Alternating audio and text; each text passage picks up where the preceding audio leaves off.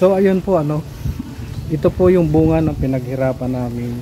Ito yung swimming pool na matagal-tagal ko rin pinagawa.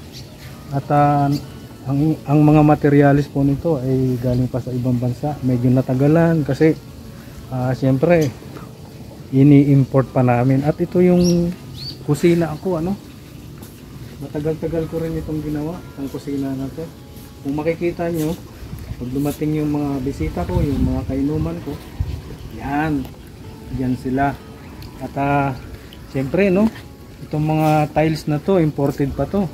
Galing pa ito sa ibang bansa. Kung makikita nyo ang paligid nito na napundar ko, ang mahal po ng pagkakabili ko dito.